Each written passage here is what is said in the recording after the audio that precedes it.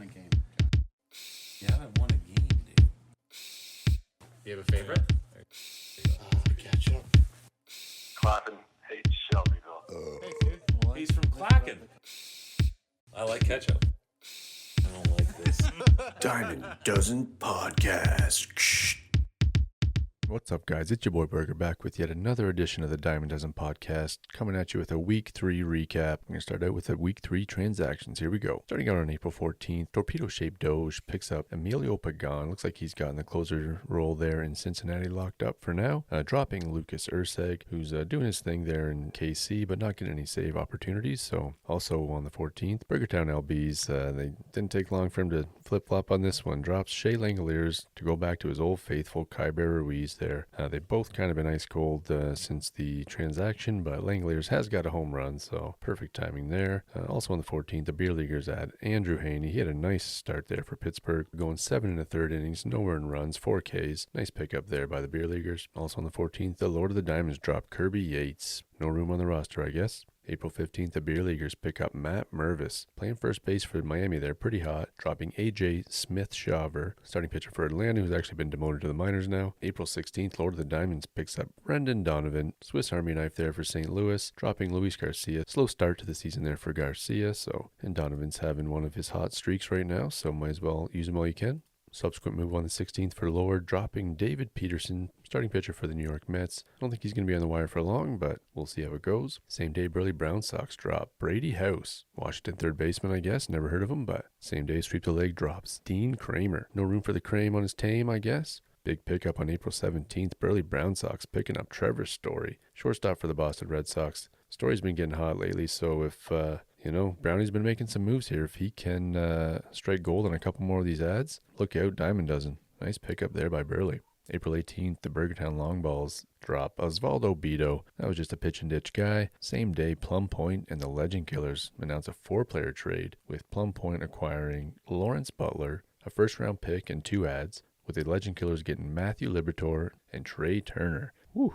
Pretty big trade there. Another one by Plum Point. He never fails to deliver. Legend Killers finally get their long-awaited stud at shortstop. Hopefully it's not too little too late there for Trey Turner. Bit of a slow start to the season power-wise, but I think he's going to get hot at some point here. And for a strong team, the Legend Killers, it's a good sign. And Matthew Liberatore, knowing pitchers that Plum trades away, this could be the breakout for Liberatore, so we'll see. He's had a couple nice starts. See how it goes there for the Legend Killers. April 19th, Legend Killers pick up Randy Arozarena. Plum Point sloppy seconds, dropping Anthony Volpe. No need for him anymore now with Trey Turner in the mix.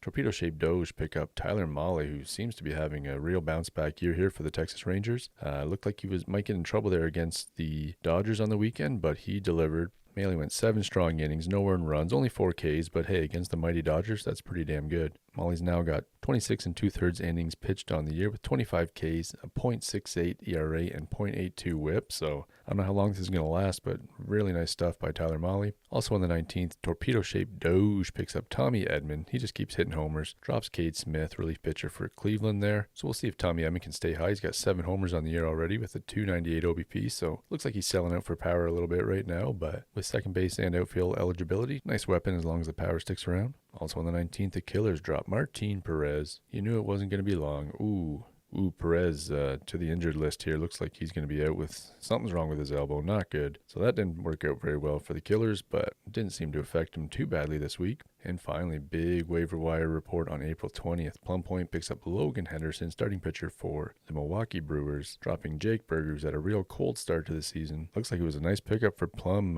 Henderson ended up going 6 strong innings, 1 earned run with 9 Ks, so excellent pickup there by Plum Point. Sad one here for the Beer Leaguers, picking up Jason Adam, dropping Jordan Romano, a key piece of the Tariq Skubal trade a couple years ago. That's a tough one. Adams doing his usual thing there now in San Diego with 12 innings pitched, 17 Ks, .75 ERA, and a .83 whip. So great reliever to have on your roster there. Hopefully he'll get some save opportunities there for the Beer Leaguers. But Jordan Romano really fall from grace there. I guess the Jays saw something there when they switched gears. Oh my goodness. He's got 7 2/3 innings pitched this year with 7 Ks, not bad, but a 15.26 ERA and a 2.22 whip. Whew, making the Jays brass look smart there. Also on the 20th, torpedo-shaped DOGE. I'm just going to call him the DOGE, I think. That's much easier. Picks up Luke Weaver, who he could be getting some save opportunities there in New York if Devin Williams can't get his act together. Weaver's already got 2 saves on the season and a 0 ERA, so could happen, folks. Also on the 20th, Plum Point picks up Andrew Abbott, dropping Alejandro Kirk. This was after Abbott's great start on the 18th with 6 innings pitched, 1 earned run, and 11 strikeouts at Baltimore. So really nice showing there for Abbott. I think his next start does line up with at Colorado, so not the best hitting environment, but the Rockies stink, so that might not be a problem anyway. So we'll see how this goes for Plum Point. He's always churning and burning. But that does it for the Week 3 transaction reports. So lots of action there this week. Good job, guys. Quick look at the ads for the year. Looks like, Plum Point already at 21 for the year. Let's see who's next up. I think the next one is Legend Killers at 8, Beer Leaguers at 7, Brownie at 6. Good to see some activity there. So holy crap, Plum Point really, they're going to be looking for some ads here soon. Only 14 left on the year, so let's not be silly. This guy's going to be wheeling and dealing. He'll be able to get his best player for 5 ads before you know it. Excuse me. Anyway, that does it for the Week 3 transaction report. So now we'll move along to the matchups for the week, starting once again with the blowouts. Most lopsided affair of the week was the Shelbyvillians taking down and dirty 11.5 to 0.5. Damn, that is a beatdown, folks. Dirty picked up his half cat in a tie for quality starts at 3 there, so tough week for down and dirty there. But Shelbyvillians were led by Fernando Tatis with number 6 on the week, O'Neal Cruz at 28. Combining for 7 homers and 13 RBIs, not too bad there. Max Fried had a double dip on the week and delivered with 14 and a third innings pitch with 2 wins, 2 quality starts, 9 Ks, so not the best there, but still. Chris Bassett also coming through with a nice start there for the Shelbyvillians. Down and dirty. Tough week on the hitting side. Nobody within the top 200. On the pitching side, Dustin May and Edwin Diaz, fairly bright spots there, with Diaz picking up a couple saves on the week. Dustin May having a nice showing with 6 innings pitched, 7 Ks. Nicely done there. But better days ahead for down and dirty after this shellacking at the hands of the Shelbyvillians. With the win, the Shelbyvillians go to 3-0 on the season. Down and dirty drops to 1-2. Up next, we got the Bergertown LBs taking out the Southwest Beer Leaguers 8.5 to 3.5. Nothing too crazy on the offensive side for the LBs. Cedric Mullins and Aaron Judge cracked the top 100, but that's about as good as it got. Nice to see Spencer Torkelson chipping in there, a couple homers on the week. On the pitching side, Grant Holmes had the double dip with went 13 and a third innings pitched, got the 2 wins, 1 quality start, 11 Ks. Nice to see there from Grant Holmes, see how long he can keep that going. Kodai Sang and Hunter Brown also delivered good starts on the week, so nothing stands out too much. Nobody shit the bed too hard for the long balls this week. On the Beer Leaguer side, Bryson Stott and Pete Alonso led the way, cracking the top 100 on the hitting side, and Andrew Heaney and Nick Pivetta not too shabby there on the pitching side, so with the win, Bergertown goes to 3-0 on the season, and the Southwest Beer Leaguers drop to 1-2. Up next, we got the torpedo-shaped Doge taking down the Burley Brown Sox 8-4. Finally got in the win column there, so good job by the Doge. Led the way on the offensive side by Matt Chapman and Josh Naylor, combining for 5 homers on the week. Nice 2 tappers by Clay Holmes and Tariq Skubal, so studs delivered there. And for the Burley Brown Sox, Brent Rooker was the top hitter at 101 rank on the week. Nice stuff on the pitching side there. Sonny Gray had a 2-tapper and cracked the top 14 ranking on the week. Casey Mize has been delivering nice ratios and getting wins there in Detroit. So, and Kumar Rocker finally came through with a nice start. So, some really nice signs there in Burleytown. With the win, the Doge goes to 1-2 on the season and dropping the Burley Brown Sox to the same 1-2. Next up, we got the Legend Killers. Woo! Taking down Lord of the Diamonds 8-4. Great week by Bryce Harper there. Led the way for the Killers with Juan Soto and Bryce Terang cracking the top 100 as well. Pretty good 2-tapper from Romero Kelly, although he's a little bit dinged up now. Seems like he got some sort of cramping issue in his leg there, but he was the number 4 ranked player on the week with that 2-tapper and 14 Ks in 11 2/3 innings. Ryan Presley came through with 2 wins on the week. Not what you expect from your closer, but that'll do. And Carlos Rodon also with a nice start on the week. 6 innings pitched, 9 Ks. Griffin Canning also coming through with a similar outing, so very nicely done there by the Legend Killers. On the Lord side, Corbin Carroll, Ellie De La Cruz, both having nice weeks, combining for 4 homers and 7 stolen bases, with Yasunobu Yamamoto cracking the top 16 on the week there with 7 inning appearance with 10 Ks. Quality start, obviously. Got the win. Nicely done there. No earned runs. And Jackson Jobe, my Rookie of the Year prediction on the National League side, went 5 innings, 5 Ks. Had an earned run in there, but not too shabby. Tough loss for the Lord of the Diamonds. That drops them to 1-2 on the year with the Legend Killers, improving to a perfect 3-0. Next up, we got the Battle of the Bros with Hamilton Hamdiggers taking down the Clackin Blue Jays 7-5. Close matchup here. Hamilton needed this one, but still nothing really to write home about on the offensive side. Bobby Witt Jr. was the 170th ranked player on the week with a homer and a stolen base and